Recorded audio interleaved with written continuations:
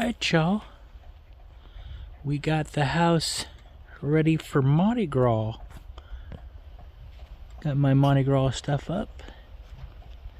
Looks nice. Even got the Mardi Gras flag up and going. So there you go.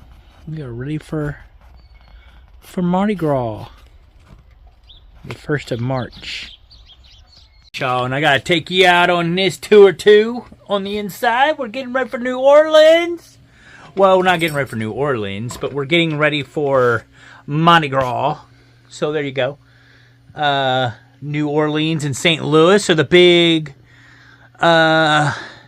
celebrators of Mardi Gras. And the Mardi Gras this year, I believe, is like the...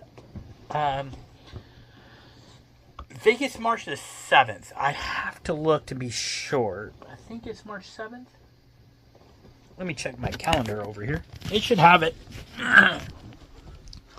The calendar should have it, and it's always right. I would check my phone, but if I do that, I'll lose my video. I don't want to do that.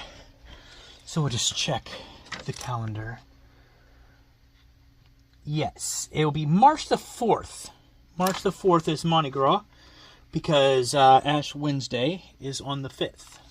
And Mardi Gras is always that Tuesday before. Also called Fat Tuesday. So we're ready for Fat Tuesday around here. And as you've seen in my yard, I am looking forward to it. It was a very, very cold week this week. And by the way, this is Into the Dell. I forgot to introduce myself. This is Into the Dell. This is Gail Dell. I do taste test videos. I do my questions of the day, which I didn't do one yesterday. My question of the day. I will drop a taste test video later. I did record one or two, but I'll have to drop them later on for this thing to upload. But yeah, like I was saying, it was a very cold week. Getting into it, what can I say? It, very cold, very snowy. There was times where I was debating on whether or not I would go to work the next day, and then I would get up and like, okay, snow's not that bad, I can go, I'll be fine. Angela did call in one day for her work site, but I understand because first off, she's going to a different city than I am. She goes to Warrensburg to work. I go to Sedalia to work. And so those roads can be different. And then on top of that, because she kind of got scared coming home from work when it was snowing the day before due to the roads in Warrensburg. And she's got a car, she's got a smaller car. I've got an SUV, so that can make a difference too. So I hold, plus she's still learning how to drive on the ice and the snow yet. She's still kind of new to all of this. She's been doing it for about 2 years now, but she's still, still kind of learning and all of that. So I just know she kind of got scared, and rightfully so, I can understand. And, she decided to take one day out. I think partly, though, she kind of needed that day off anyway. So, like I said, I'm not holding anything against her one way or the other. It is what it is. But I was able to go all week this week, like I said, and today is supposed to be a warmer day. Today we're supposed to be in the 40s, and then tomorrow we're supposed to be in the 50s. And by next week, I should be able to turn my heater off, or turn the heat off here in the house, except for on the... At night, I'll have to turn it back on, but during the day, I should be able to shut it off because we'll be in the 60s. So I'm looking forward to that, saving some energy, and yeah, get to do some stuff around. I haven't decided yet. I may or may not call in on Monday. Use a vacation day on Monday just so I can do some spring cleaning, some early spring cleaning, since it is supposed to be a nice day on Monday. It would give me a chance to get some spring cleaning done and get everything kind of tidied up a little bit, because I'm seeing cobwebs like everywhere and on my top shelves and everything here in the living room and some other places, and I would just really love to take one day out to spring clean and get stuff ready. So I might do that on Monday. I'm thinking I might. But at any rate, whether I do or not, it's been fun. March Madness is getting ready, guys. Mizzou! We got to talk about Mizzou on this episode of this weekend. And this is, by the way, the weekend of, I don't think I mentioned it, but it will be up here on the top. I probably already mentioned up there, but I think it's February the 21st, 22nd. Look like 22nd, 23rd of February. My sister's birthday should be coming up, so I'll have to go over there and see about celebrating my sister's birthday. Her birthday should be this weekend, so I'm looking forward to that. Yeah. Suppose it's a fun time right now. It really is.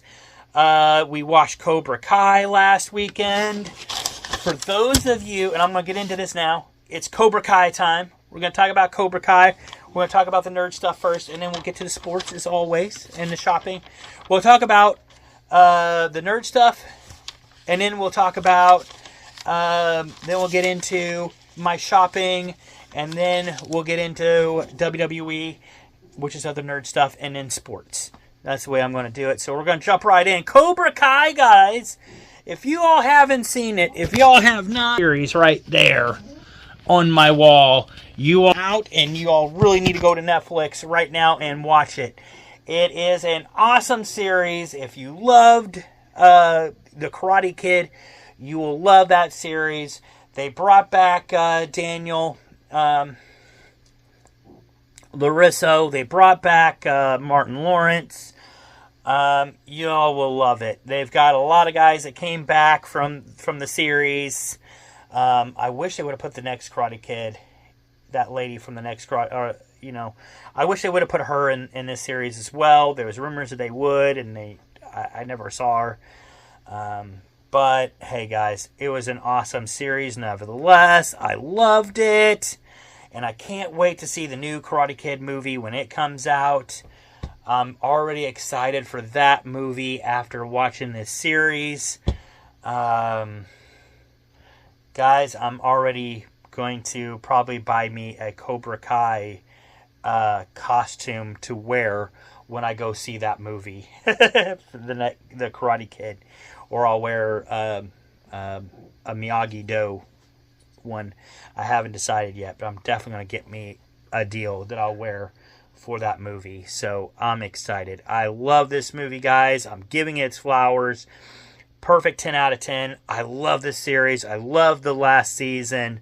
Freaking amazing. Cobra Kai all the way. Guys, even if you weren't a fan of if you weren't a fan of Cobra Kai, part of the segment, and the Karate Kid, by the end of this series, you're going to be rooting for Cobra Kai. Trust me, I was jumping out of my chair here in the living room. I was jumping out of this chair. I was shouting at the TV. I loved it. I was chanting Cobra Kai, which I guess is what they were hoping for. I don't know, but because I really get into my stuff. Angela, she puts up with a lot, so when I get into this stuff. So, but yeah, I loved it. Oh my goodness, guys. I can't talk enough about this series. Of course, William Zabka coming back as Martin Lawrence. Ralph Macchio coming back as Daniel LaRusso. They did a phenomenal job. Loved it. In the last, and this is my spoilers here. So if you don't want to hear this part, just skip forward. So I get to the next series. I'll let you know when But anyway, I'll probably let you know over here when spoilers are over or something like. That's what I did on my last video when I was talking about spoilers. For those of you all that don't want to hear it. So anyway, and there's going to be a lot of spoilers in my episodes. So if you don't like to hear a lot of spoilers, then this may not be for you. Or you can just skip them, because like I said, I'll be talking about other things. So just skip it if you don't want to hear it. But anyway, so like I was saying, by the end of that, the end of the series, everybody was wearing Cobra Kai, including Daniel LaRusso. Never would have thought I would have seen Daniel wearing Cobra Kai, but not like that anyway. But he was wearing Cobra Kai in support of Martin Lawrence and his two students. And also shout out to, by the way, I mean, great cast. Peyton List as Tony Nichols. She did well. She is an awesome upcoming actress. If you haven't seen her work yet, you need to. She's going to be a really good actress. She already is, but she's going to be one of the greats before it's all said and done. Mark my words. I really see Peyton List becoming a really big actress as time goes on. So there's that. All right, and we've got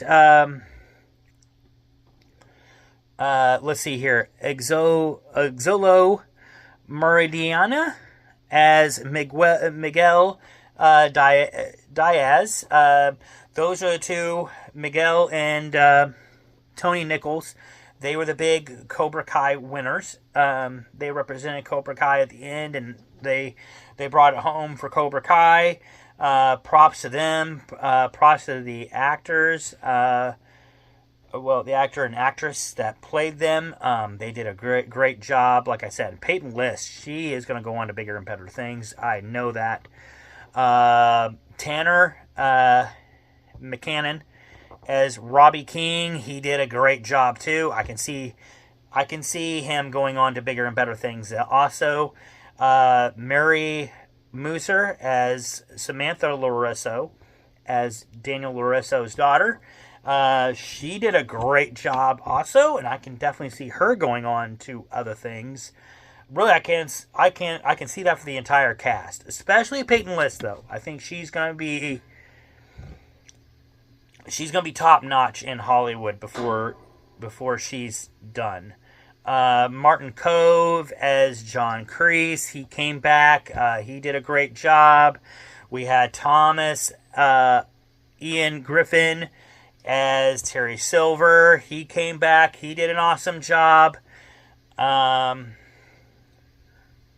They both kill each other in the end. Well, Kreese ends up killing him and Silver in the end. You have to watch it to see what happens, though.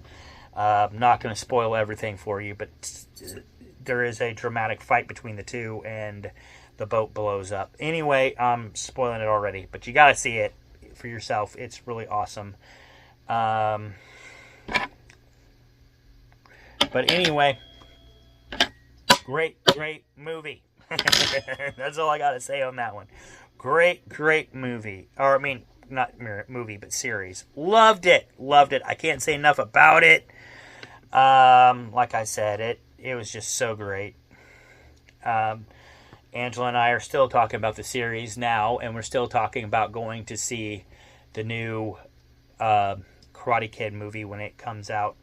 I'm totally excited, and I hope that this is just the beginning of a whole new series that they're doing with the movies now that they're coming back. Of course, Daniel LaRusso is now probably going to be more on the role. He's going to be playing more of the role like Mr. Miyagi was. So, like, he's going to be more of a mentor now. So, I'm really excited. I think it's going to be really good. I cannot wait for this. Dee Snider, by the way, was in this series also. So if you like Dee Snider, this would be a really good one to check him out on too. 10 out of 10. Love Cobra Kai.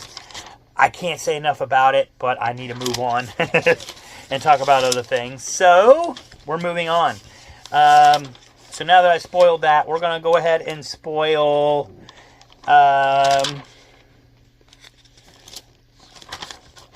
let me find it, but we're going to go ahead and spoil these other movies while I'm at it that Angela and I went to go see this weekend as part of our date night. We went last night and we saw Paddington in Peru, Great movie there, too. We enjoyed Paddington in Peru. Um, Angela picked that movie. She did a great job picking it. Um, I now have a craving. I even told her that last night. Like, I've never had marmalade, and now I'm craving marmalade. I'm really craving marmalade after watching that movie, y'all. I have to go to Walmart sometime today and pick up some marmalade and see if I like it, because now I'm kind of craving to see how well it tastes after watching that movie. Peanut butter and marmalade. It sounds really good right now. Or butter and marmalade or whatever, but it sounds so good right now. I want to try it. But yeah, they had a great cast. Of course, the ones that came back from the first movie. Emily Mortimer as Mrs. Brown. She did awesome. Madeline Harris as Jody Brown. Samuel Jocelyn as Jonathan Brown. And Hugh Benneville as Henry Brown. Hugh did an awesome job. I loved him. I still love him as Henry Brown. He does a great job. He brings that character to life. And the things that he had to do in this movie, especially with a spider on his face, I'm not sure if that was a real spider or not, but irregardless, I mean, I gotta give him props. He deserves it. He did a great job in this movie. Not enough can be said about him. Then we have Ben Whishaw as the voice of Paddington. He did a great job as well, bringing that character to life. And then Julie Walters as Mrs. Bird. God, I love her as Mrs. Bird. So, I mean, great cast already, right? And then the supporting cast was really good, too. We have Olivia Colman. I knew her from... I seen her in Doctor Who.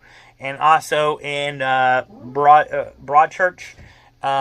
Phenomenal actress. And she really brought that Reverend to life. The nun. Loved her. Gosh, she does such a great job. I love her as an actress. I wish she would do more stuff over here in America to show Hollywood how it's done, so to speak. She does a really great job, though. I loved her as that character. And then we have Carla Torres as Gina Cabot, and then Antonio Banderas as Hunter Gabbett. Of course, you know Banderas is going to bring it home. He always does. He did a great job in this movie as Hunter. I loved it. Can't say enough about it. It was just a great movie. Great family movie. If you like those movies, you'll love this. Because I was afraid... I gotta be honest. When I first started watching Paddington, Angela kind of made me watch the first movie. I was more afraid it was going to be more like a kid film. So... And, you know, I'm not a kid anymore, so I didn't know how well I'd like it. I gotta say, it's more of a family film. So, even though I'm in my 30s, I can still enjoy the movie. Especially this one, because it's more or less portraying, you know, it's more or less portraying young adults. Like what we are going to do once we leave the nest, so to speak. That's the target of this movie, is what happens when, you know, the family, the kids are starting to get older and they're starting to leave the nest. Now what happens next? Great movie, loved it. Like I said, that had a good background meaning to it, meaning to it, and then of course it had a hidden message in there too from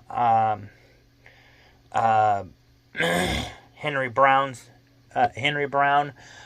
in that to be more courageous and outgoing, adventurous, you know, don't be afraid to try new things, kind of thing. So they have that message kind of going on, and of course Paddington, they kind of reinforced that with Paddington, with his adventures that he was doing throughout that entire movie in Peru. So, like I said, great storyline. Just great storyline. And, of course, Mrs. Brown having to deal with her kids getting older and leaving the house and what she was going to do later on and how she was going to cope with it. That kind of came through as well. So, great movie. I loved it. Like I said, has some really good hidden messages in there. Of course, it also had a hidden message there too with Hunter, as when he was trying to figure out what kind of treasure. He was looking for a treasure, but he had the treasure all along with his daughter, Gina. So, I mean, that was kind of being hit home too, is understand what your treasure might really be. Maybe it's not necessarily money. So, like I said, great family movie. A lot of hidden messages in there, like you'd expect from a family movie. Great, or all-around movie. As far as the Reverend, you never knew whether or not she was a bad woman, and this is kind of going into that. Now we're going into the spoilers here, but the Reverend in this movie never knew whether or not she was the bad woman or not until later on. At first, she's like, okay, she's smiling too much and she's hiding too much stuff, so she's the bad guy. And then you find out why she's hiding things, and you're like, okay, so maybe she's not so bad. And then they go on this, she knows how to fly an airplane. This is all really cool. And then she makes you play. Then she's got the tattoo on her wrist of the family crescent, which is the same family crescent that Hunter has on his arm. And these are basically because their family is greedy and they want money, or they want this treasure. So she has her own ambitions. So you find out she's the bad guy after all, or the bad woman after all. So, but yeah, great. Like I said, great job on Olivia Colman's point there. Because, I mean, like, you never knew really whether or not she was the bad guy until later on in the movie. You kind of had speculations about her, but you didn't know. And then when the reveal came, it's like, okay, it all makes sense. But she did such a great job playing that character. Such a great job. Loved her as the Reverend. And then Hunter Gabbett, you knew that he was going to be the villain. But at the same time, you couldn't help but feel for the guy. Because like I said, he's trying to figure out things in his mind. He knows that he's addicted to treasure, that he wants this treasure, but yet he knows that as he goes after this treasure, he's losing his daughter. So he's at that conflict in his life, and he ends up making the right decision, I think, in the end. But yeah, such a great job on his part too, for Banderas. And then Aunt Lucy. Of course, Aunt Lucy in this movie, she goes missing. The Reverend had something to do with it, but at any point. The voice of Imelda Staten, bringing Aunt Lucy to life, she did a great job on that as well.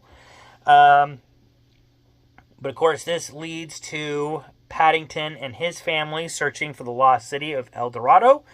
A mythical gold city in South America, because they think that's where Aunt Lucy is. They do end up finding her there, but it's not the gold city that you think it might be. Does have treasure, but not the treasure you're thinking of. So I'll leave it at that. But it's really good. I don't want to ruin too much. Like I said, I can ruin a little bit. I don't want to ruin too much so you don't watch the movie. I will say, some of the things I really loved about the movie, I love that airplane scene. In the air, I love that in the spider on Mr. Brown's face, Henry Brown. I love that. The boat wrecking scene was really good. I like that. It had so many funny bits throughout that part.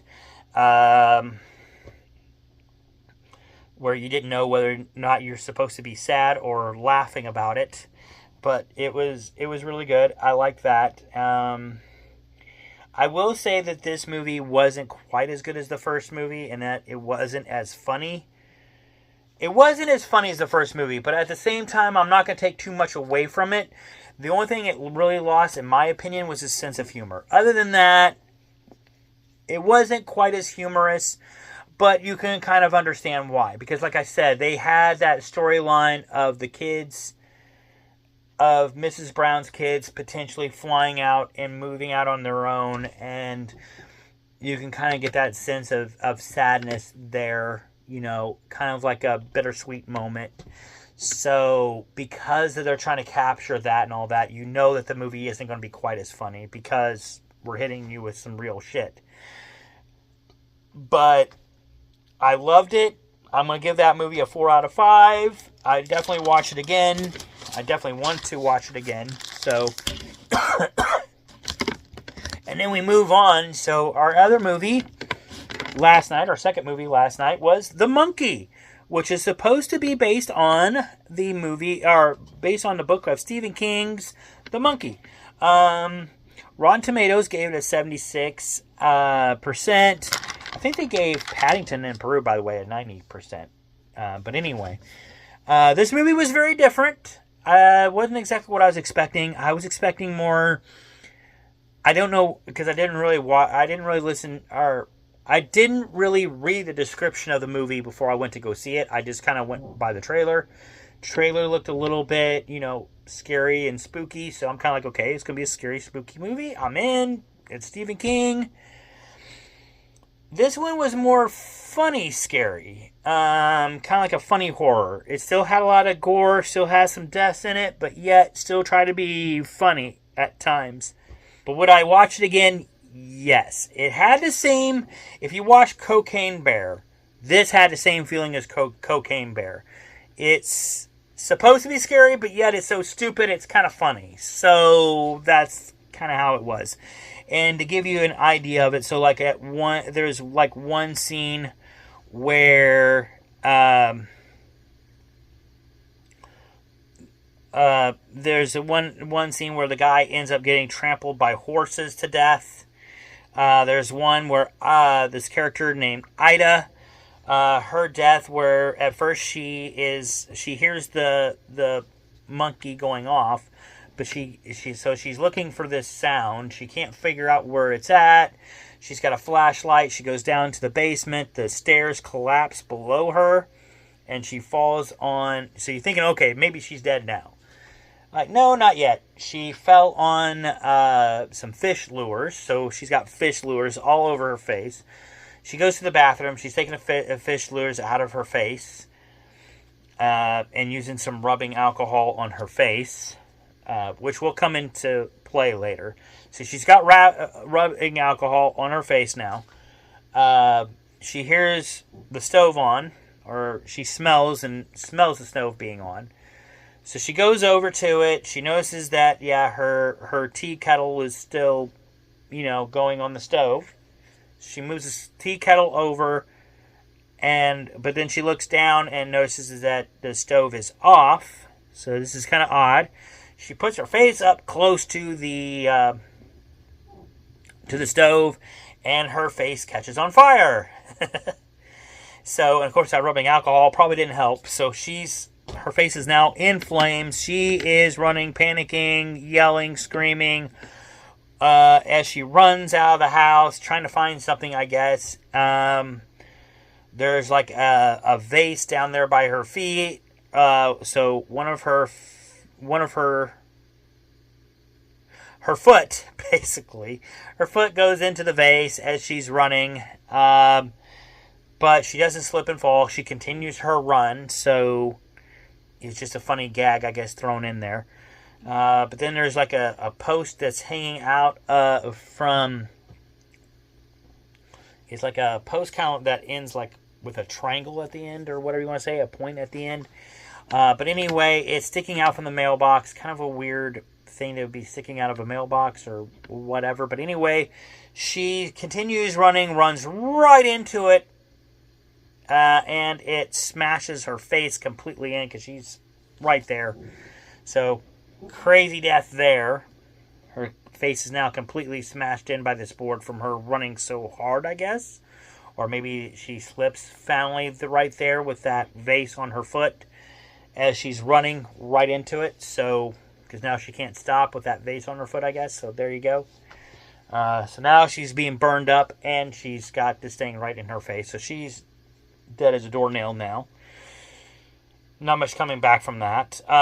So yeah, and of course, by the end of the movie, everybody in that town is dying or dead thanks to that monkey. And there's a plane crash, so now everybody in the town is being burned by that, or catching on fire, or whatever from that plane crash. It's still going on, because this is like a 747 or something like that crashed into the town. So we have this big explosion, and now everybody's on fire, and stuff is happening in the town. So everybody in the town is now dying from this.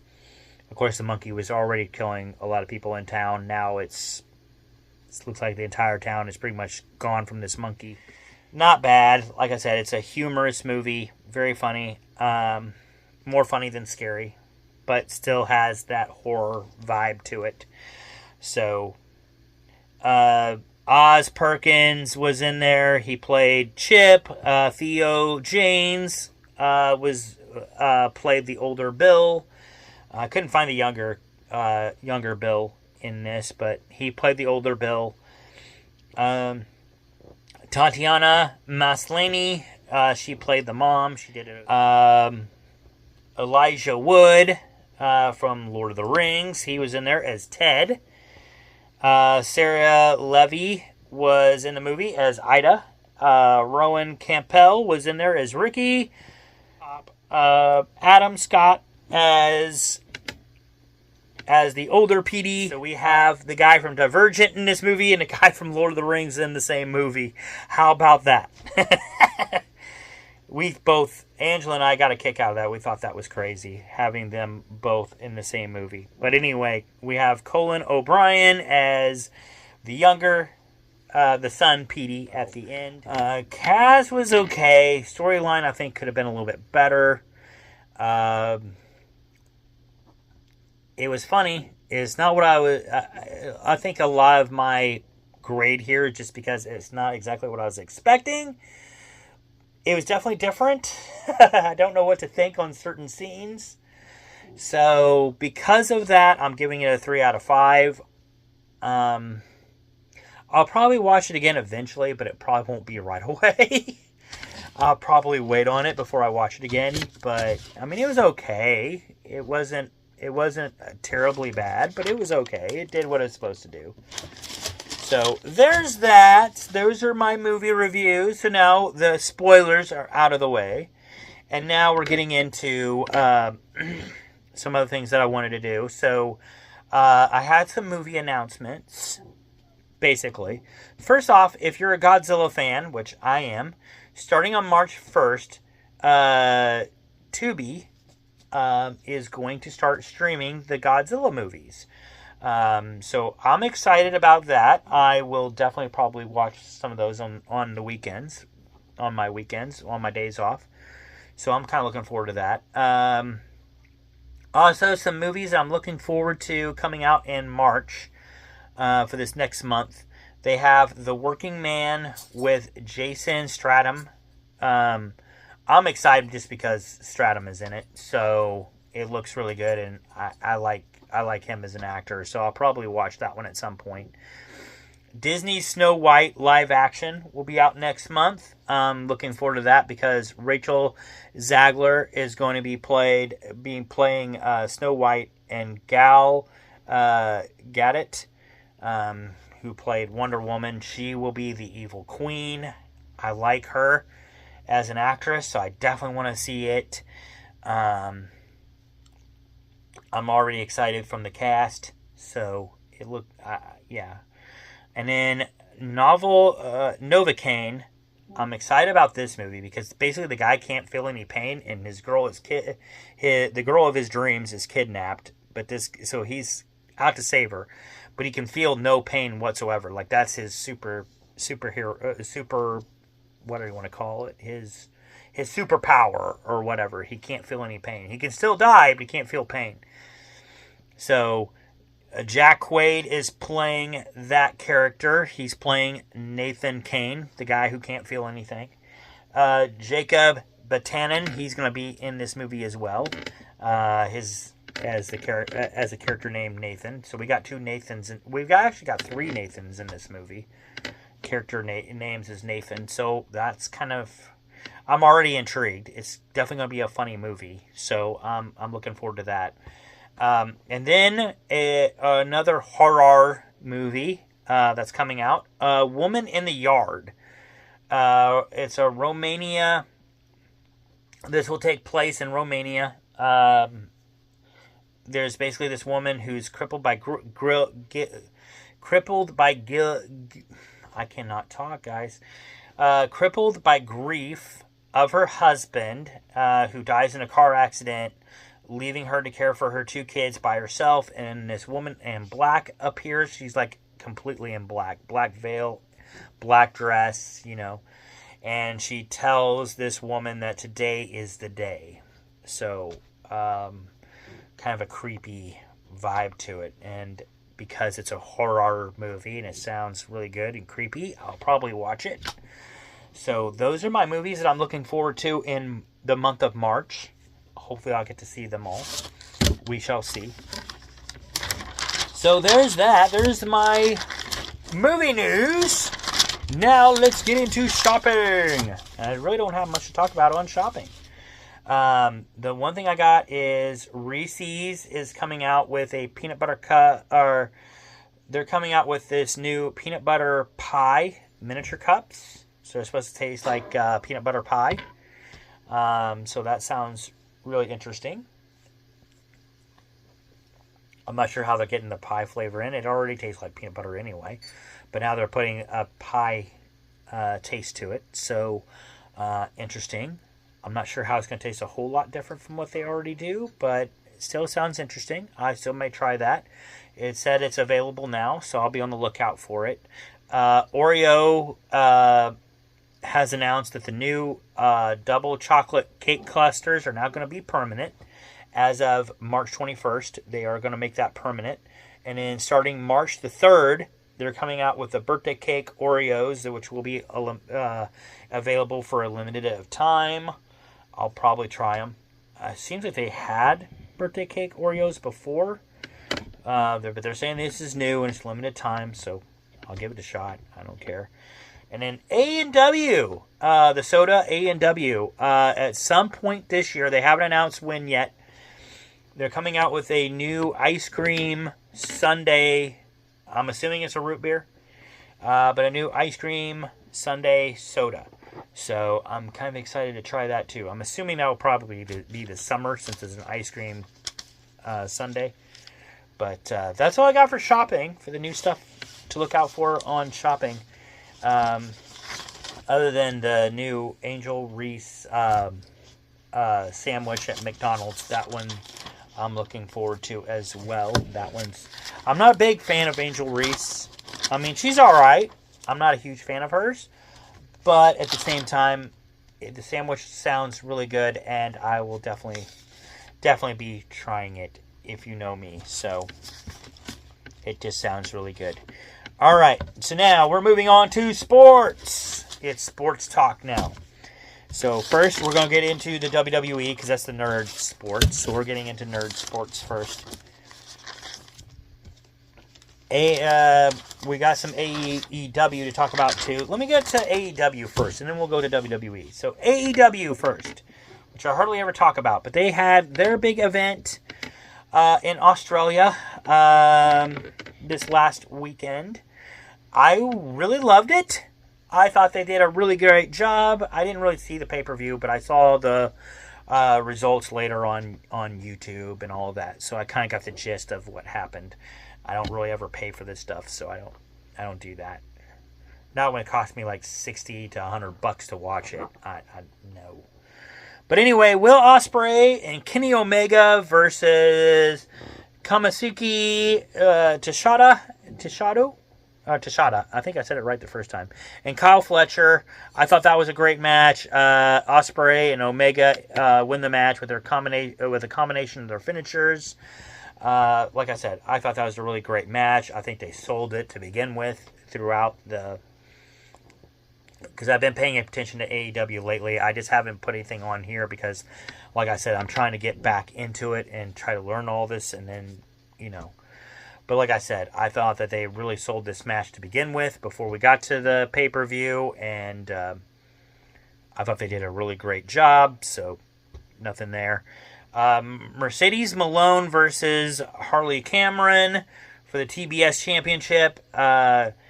Cameron, I like how she's doing the thing with the puppet, but the Mercedes puppet. But at the same time, I'm thinking that she's trying to do a little bit like Alexa Bliss.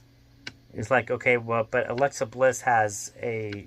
Of course, Alexa Bliss, though, is a little bit different. She has a doll, and Cameron is more of a tranquility. Yeah. She's got a puppet that she talks to. She's a tranquilitist. I'm probably saying that wrong, but that's okay. But you get the idea. So, but yeah, Cameron... So it's a little bit different. I get it. But anyway, so the puppet does come into play during this pay-per-view match. She uses it a couple of times to taunt Mercedes Moné with it. At one point, the CEO rips the puppet away and stomps on it, kicks it out of the ring. But the puppet comes back into play later. Like I said, she taunts Moné with it. But in the end, Moné does get the win. She beats Cameron. I thought that Harley Cameron still had a great match despite the loss. It definitely gives her a boost up in AEW, I think. She'll definitely be more respected as time goes on. And then, of course, Moné, I mean, I still think that Mercedes Moné, personally, I think she's still overhyped.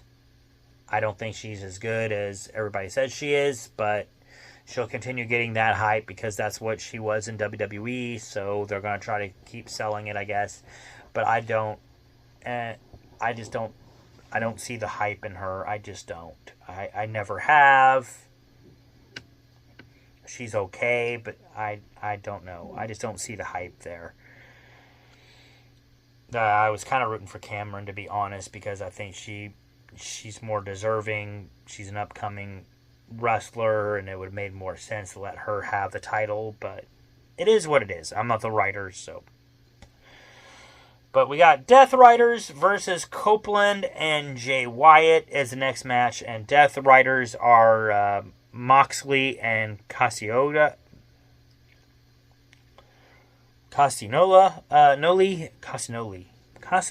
Gale. But anyway,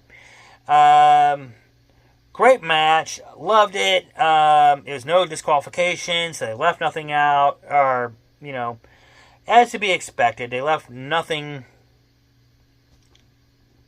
you know, left nothing in the ring. Everything was great. They had tables. They fought outside the ring, as expected. I mean, what more would you expect from Jay Wyatt, Copeland, Moxley, and Castagnoli? I mean, that's I would expect nothing less from those wrestlers. That's their style. That's how they wrestle. Schaefer and Yuta, they were trying to help the Death Riders as expected. It is no disqualification after all. Moxley ends up choking out Copeland for the win. So Death Riders do get the win in that one. I expected nothing less out of that. I really didn't. I expected a good match, and it was a good match. I expected it to be brutal. It definitely was. Like I said, from those four wrestlers, I would expect nothing less. That's just the way they wrestle. That's the way they've always wrestled. They never leave anything in the ring, so to speak. They go all out for their fans every single time they wrestle, especially when it's a pay-per-view. I would just expect nothing less out of them. And then we have Akuda versus Buddy Matthews for the Continental Championship. Buddy Matthews loses the match, but he did get some support from his wife, Mommy, a.k.a. Rhea Ripley. She was there to cheer on her man, and they were also there to later start celebrating their honeymoon together. So that was really cool. They finally got to celebrate their honeymoon, which is why Rhea Ripley was not on Raw this week. So props to them, and congrats and all of that stuff. But yeah, Okada does defeat Matthews with his Rainmaker. It got a lot of pop from the fans. Well, Matthews got a lot of pop from the fans, so I'm sure that loss didn't go over well in Australia. But hey, Matthews is from Australia, and so is Rhea Ripley, so that's to be expected. It's their hometown. But yeah, I thought it was a great match. I think Buddy Matthews should have won it, but that's just me, especially since you got the match right there in Australia. It would have been just an icing on the cake, but it is what it is. And in the last match, we have Mariah May versus Toni Storm. Love the match. I can't say nothing about it. It was both ladies. They try to overpower each other again and again and again.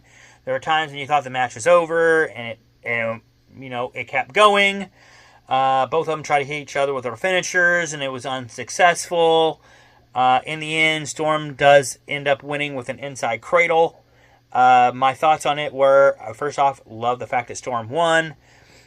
She's also from Australia, so get that win in her home country was freaking awesome. I wish they would have done the same thing for Buddy Matthews, but it is what it is. I don't write this stuff, so all in all, I thought it was great for her to get her title back.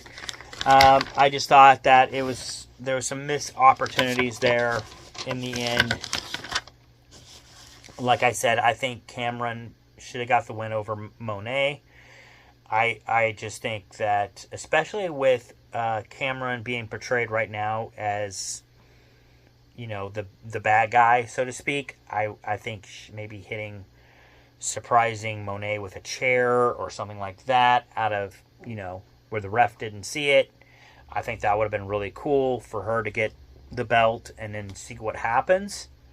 Have the bad guy have the belt for a little while, and then Monet gets the belt back later on. I think that would have been a cool storyline there. I think that's kind of a missed opportunity just a little bit, and it could have boosted Cameron up a little bit more, getting that win, even if she didn't really get it the right way. Who cares? It's wrestling. And like I said, and then seeing Buddy Matthews, I think Buddy Matthews should have got the Intercontinental title, especially having it in Australia. Let the man have it. You can always get the belt.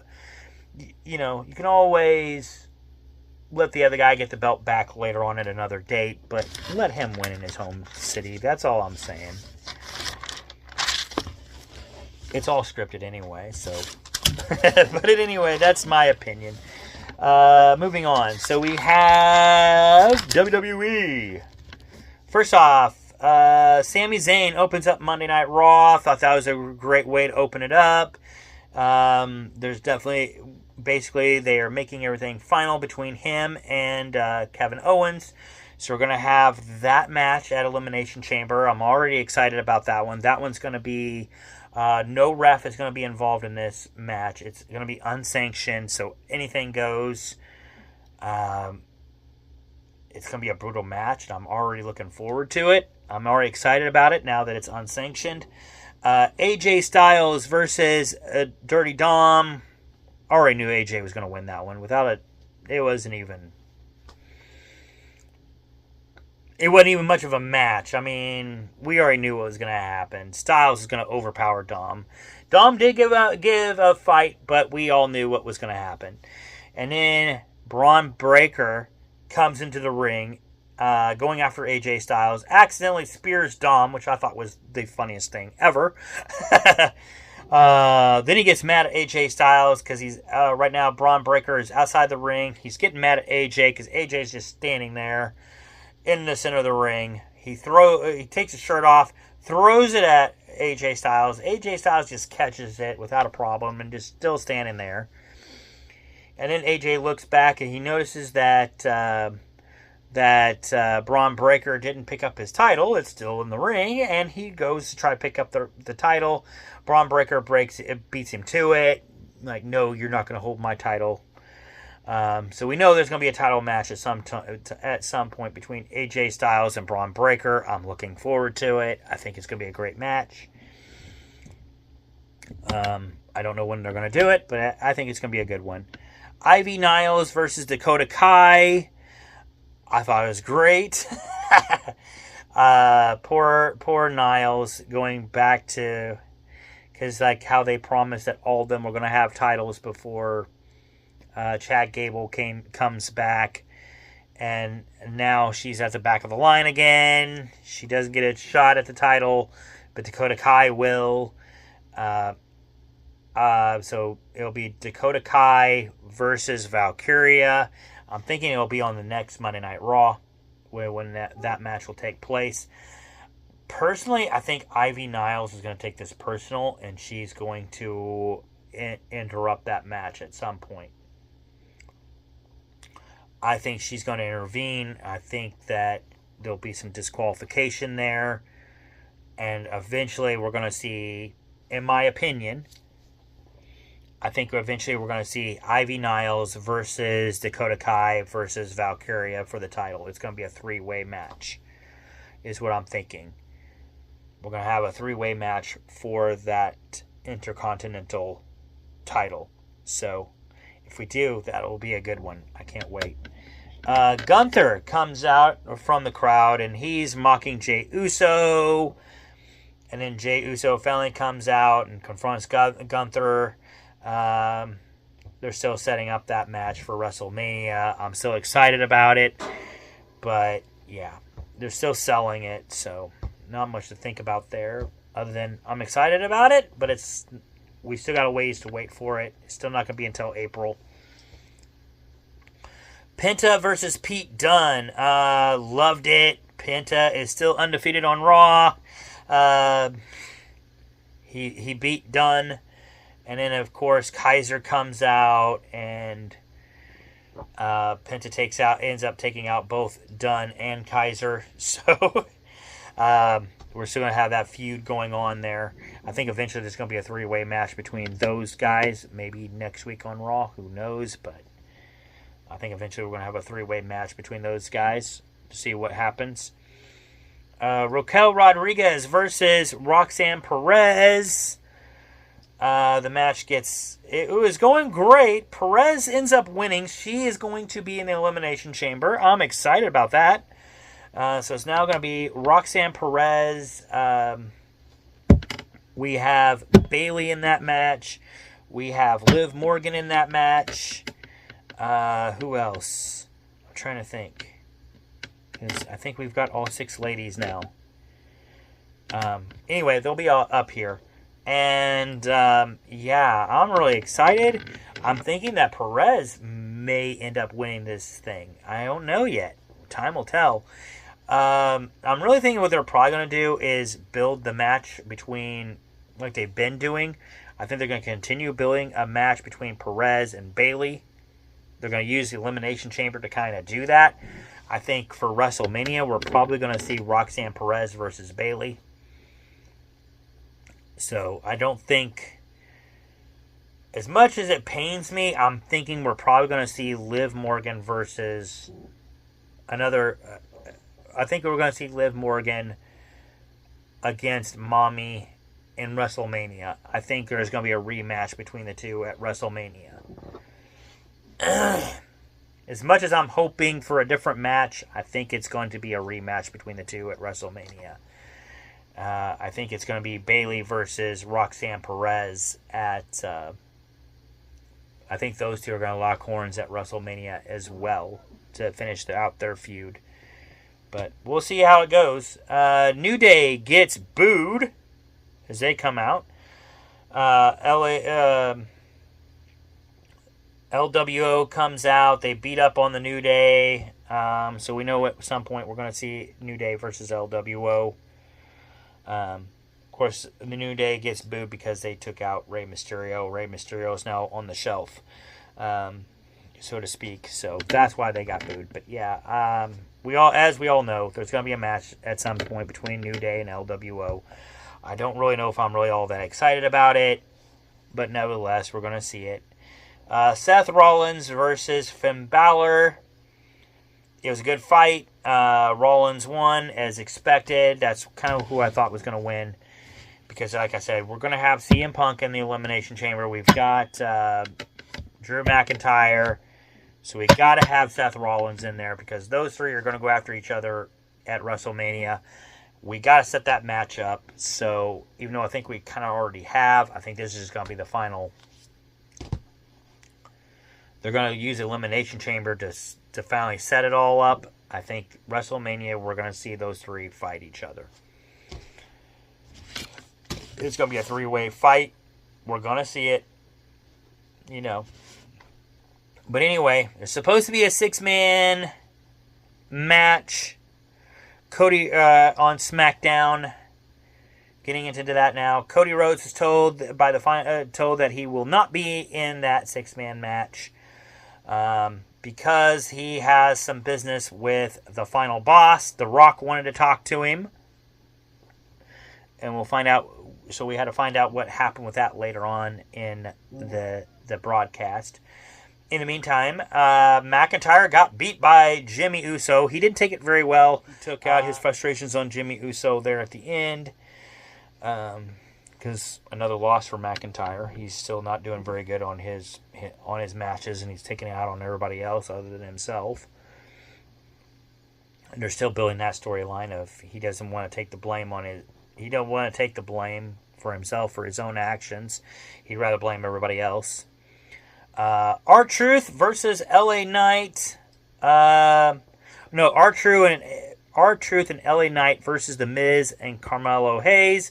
Match is going well as expected until Nakamura comes out and he takes out LA Knight in that match, which poor R-Truth is now all by himself against Hayes and The Miz. So he was set up for the loss there. Miz and Hayes end up getting an easy win. Of course, we know that's setting up for LA Knight versus Nakamura for the U.S. title. I'm looking forward to it. I think LA Knight's going to get his belt back. It sounds like it more and more. So we'll see what happens there. But Stratton has her match against Candice LeRae. She beats Candice LeRae without a problem. Much of a problem there. Which is expected. Nia Jax then comes out. Oh, she does, by the way, she beats Candice LeRae with Flair watching. Flair's over there. Like the dumbass that she is. What can you say? She likes to play it up, but it's like, yeah, you're old. But anyway, Nia Jax and LeRae end up ambushing Stratton. Jax comes out of nowhere, and she basically takes out Stratton, and then Candice LeRae looks over like, oh, hey, I could join too! But yeah, personally, I don't think LeRae's really needed in any of this storyline at all. It would be just as good without her. I don't know why she's there. But at any rate, so that, other than it's going to make a good tag team match, because Stratus ends up coming out to try to save the day for Stratton. But Stratton's really in no way at this point. She's not really much help because she's still dealing with her wounds that she got from Nia Jax. So there's like a numbers game still going on there. Stratus is taken out, and then they go back after Stratton after they take out Stratus. And then, of course, Nia Jax and LeRae leave the ring, and then Flair comes out, and she's picking the bones, so to speak. She comes out, and Stratton's already wounded. She's already laying on the mat. So Flair does her little thing of just coming over there and pointing at the sign for WrestleMania to remind everybody that she's going to challenge Stratton.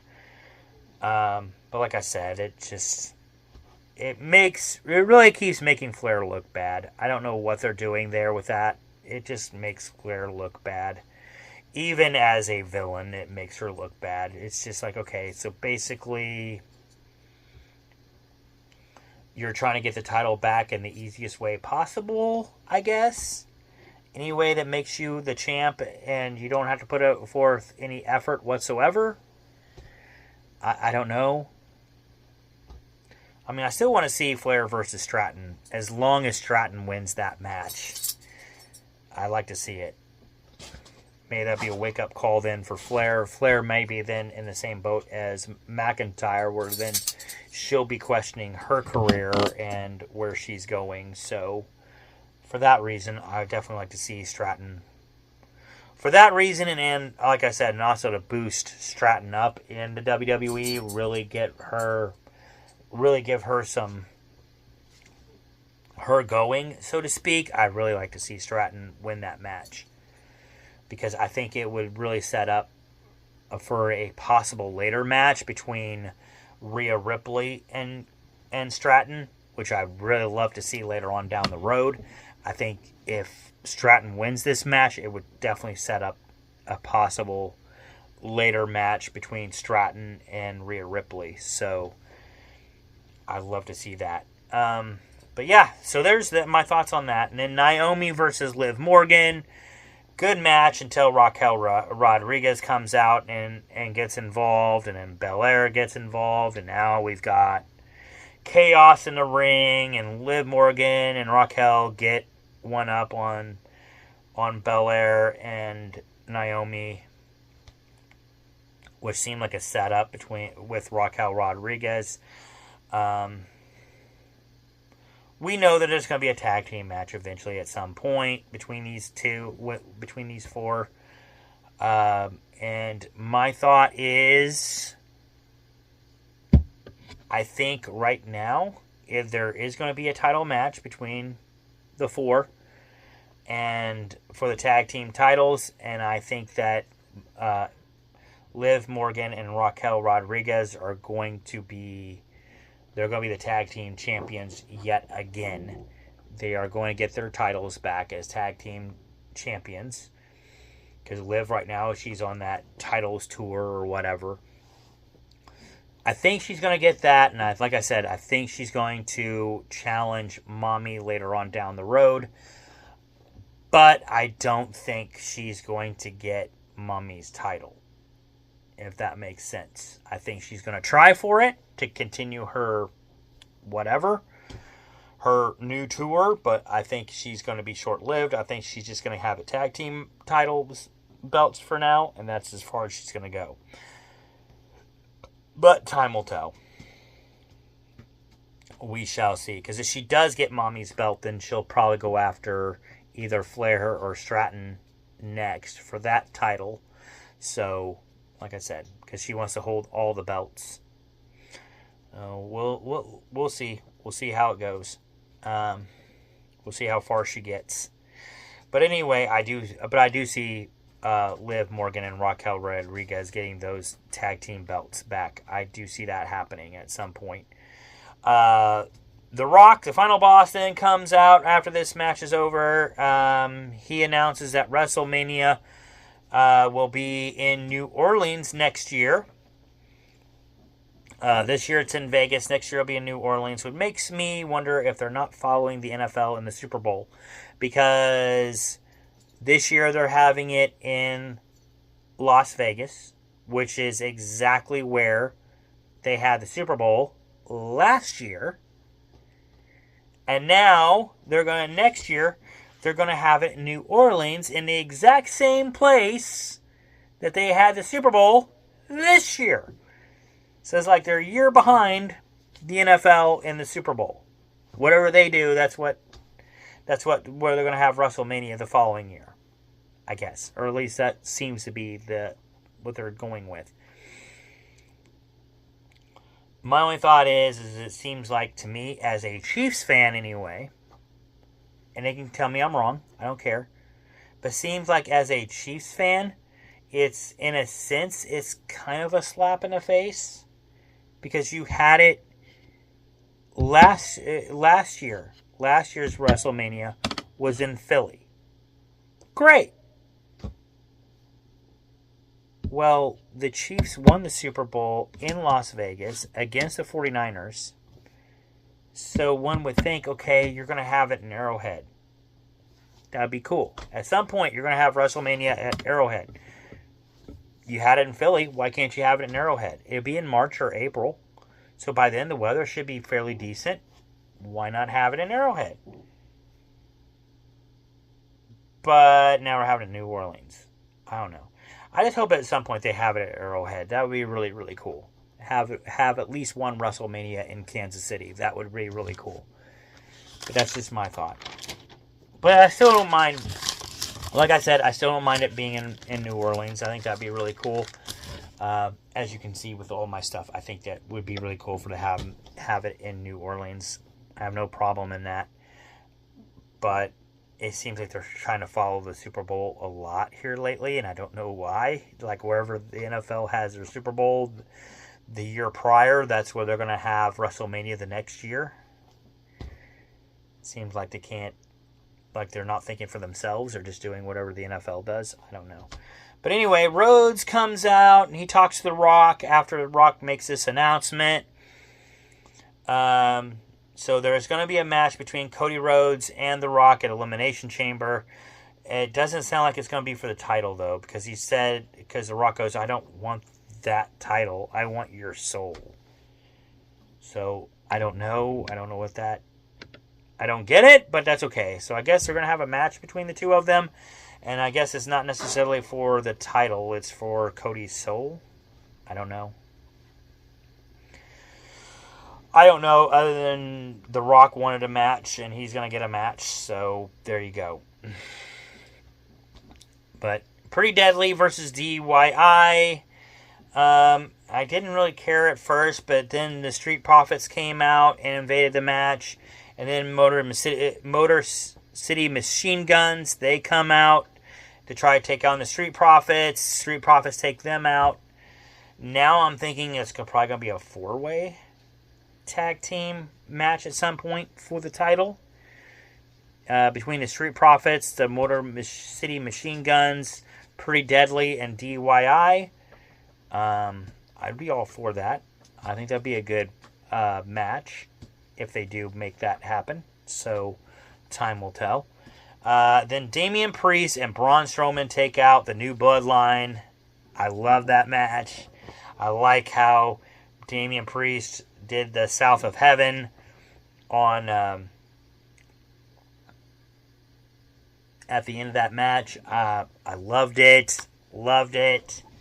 They're really giving Damian Priest that hype that I was counting on. And of course, Damian Priest is going to be in the Elimination Chamber. Dude, if he wins the Elimination Chamber and goes after Cody Rhodes, all I can say is it's going to be a really, really good match if it's Damian Priest versus Cody Rhodes, at WrestleMania. That would be a really, really good match. I don't think that's going to happen because he's a babyface. I'm thinking it's probably most likely going to be, which I'm all for that match too, by the way. I'm trying to think of his name now. Dang it. He'll be up here. But, because I'm terrible on names. But, yeah. Any way they do that match for WrestleMania, I think it's going to be really good. All 6 men would be good challengers for Cody Rhodes, so I'm all for it. I'd like to see John Cena versus Cody Rhodes, but I don't think that's going to happen because the reason why I don't think it's going to happen is because John Cena is a babyface. Cody Rhodes is a babyface. I don't see that changing at any time soon. I just don't. So, unless it changes against The Rock at Elimination Chamber, where Cody Rhodes changes to, to be a bad guy, I just don't see that happening. I think Cody Rhodes will stay a babyface. So, like I said, for that reason, Logan Paul, that's who I was thinking of. But yeah, he'll be up here. But yeah, I'm thinking it's probably gonna be Logan Paul versus Cody Rhodes, which I'm all for that match too because I like Logan Paul. I like to boo him because he's a bad guy, but at the same token, I still like Logan Paul, even though I like to boo him. I think he would be an excellent guy to challenge for that title, for the undisputed title. I like to see that match between him and Cody Rhodes. I think it'd be a really good match. I don't think you have to do a whole lot to sell it, personally. So there you go. That's my thoughts on WWE and wrestling. Now getting into Mizzou basketball. Finally, we're talking about Mizzou. Dude, Mizzou is rocking it right now. First off, they were number 21 going into their match last Saturday, beating Georgia 87-74. Good game for the Tigers. Loved it. Then the Tigers go up against, they're still number 21, go up against number 2 Alabama. They beat Alabama. They beat the number 2 school, which is now Alabama is number 4, and Missouri is now ranked number 15 after that game. But Mizzou gets that win 110-98. Dude, such a great game for Missouri. Great game. They beat Alabama, overpowered Alabama. Mark Mitchell had a great game, 31 points. Anthony Robinson came away with 14 points. Tamar Bates came away with 13 points.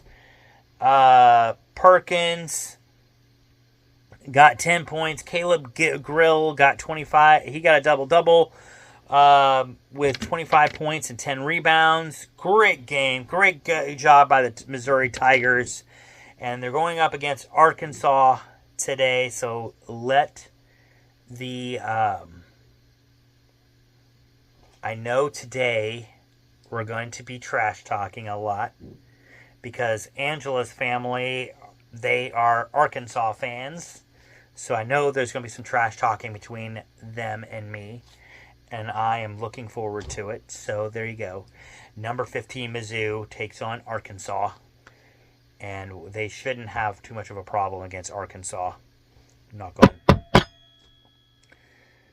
on that, but they should not have too much of a problem there. Great job, Missouri. Missouri's looking good right now going into as we're getting closer to March Madness. I'm looking forward to it. I want to see how far Mizzou goes. Because like I said, they've been challenging these top schools for a while. They've come so close to beating some of them. And now they did beat a few of them. But then it came so close to beating some of these top ones. And now finally to knock off one. It feels so great. Now just keep going, guys, and beat Arkansas today. That would be great. Keep this ball rolling. I don't think they'll have a problem there. I think they're going to keep going. I think they're going to keep going. But yeah. Then Boston Celtics, after the All-Star game, they beat the 76ers 124-104. Great job by the Boston Celtics. Peyton Pritchard ends up being the leading scorer with 28 points. Jaylen Brown has 20 points in that game. Kristaps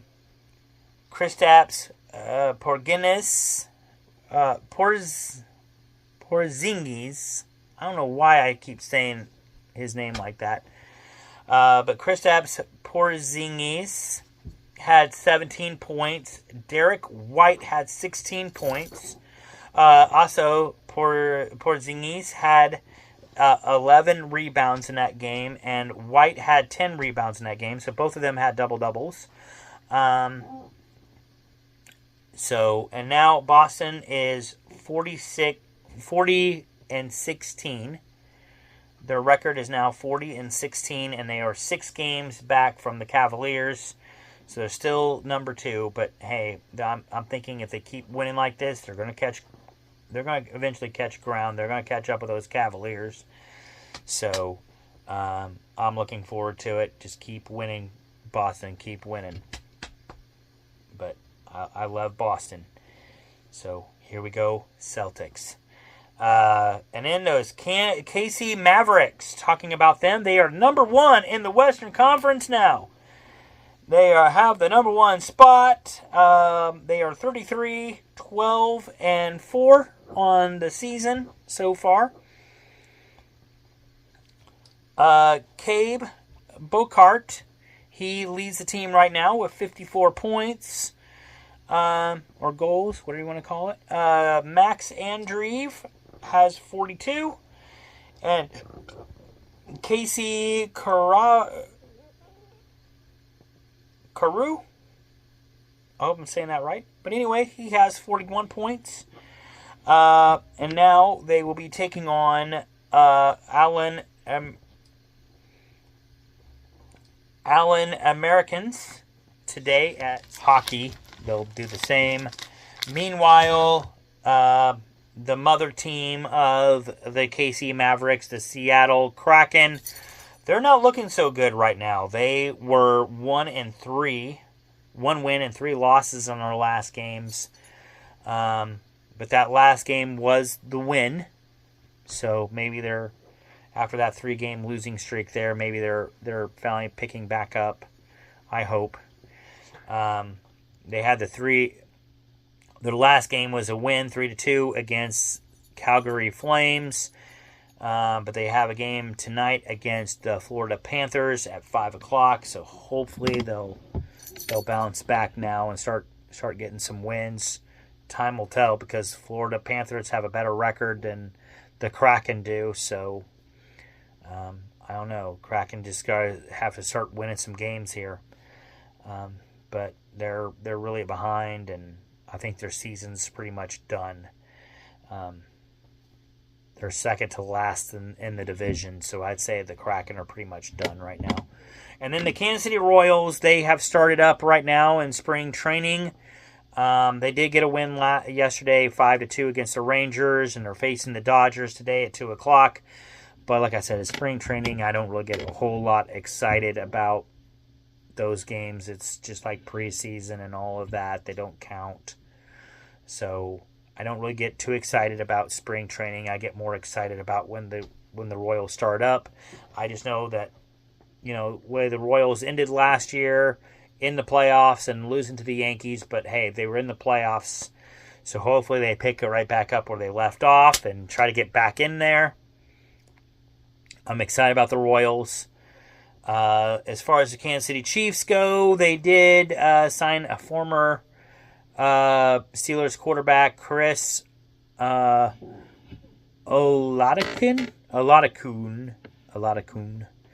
I guess that's how you say it. But anyway, he's going to be on the reserve team for the. Basically, he's been signed to the practice squad of the Chiefs, so we may not hear a lot about him. But anyway, he was signed. And then Xavier Worthy was named Rookie of the Year, so congrats to him. I know that we'd rather have that Super Bowl win, but hey, it is what it is. At least we have a guy who's Rookie of the Year. So there you go. And that is all I have for sports. And then I have my last bit, as you all know, of my segment. I talk about my top 10, or I have a top 10 list. And I was going over movies in February and looking at how many movies came out in the month of February, past to present. And, of course, I can't count movies that just came out because we don't know how good they are yet. But, so this is movies of the past. And I have my top 10, which, by the way, I have a lot of honorable mentions. My honorable mentions include Silence of the Lambs, which I love that movie. Ace Ventura, Pet Detective, Pinocchio, Peter Pan, Cinderella, Percy Jackson and the Olympians, the Lighting Thief, 50 Shades Freed, the Lego Movie 2, the Lego Batman movie was a very close honorable mention. It almost made my top 10, really close. So was Silence of the Lambs. It was like really close to making it. Bob Marley, One Love, Medea's Family Reunion was that close. Uncharted, Hitch, Safe Haven, Broken Arrow, A Good Day to Die Hard, Snow Day, I Am Number 4, Jumper, and Peter Rabbit, and Blazing Saddles. Blazing Saddles is also really close. I love those movies. But I can only have 10, so here are my top 10.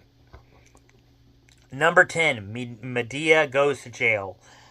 I had to pick that one over Medea's Family Reunion. I like that one a lot better, so, you know. Number 9, 50 Shades of Grey. It's the original. Nothing beats the original movie. Not even 50 Shades Freed. Gotta go with 50 Shades of Grey. Because without that movie, we wouldn't have the sequels. So you gotta go with that one. 50 First Dates is number 8 with Adam Sandler. I gotta go with that movie, especially for the month of February. It goes great with Valentine's Day. So gotta go with that one. Number 7, John Wick Chapter 2. All those John Wick movies are great. So I have to put that movie at number 7. Number 6, Groundhog Day. It's a classic. You got to have that one in there. Number 5, The Passion of the Christ. Love that movie.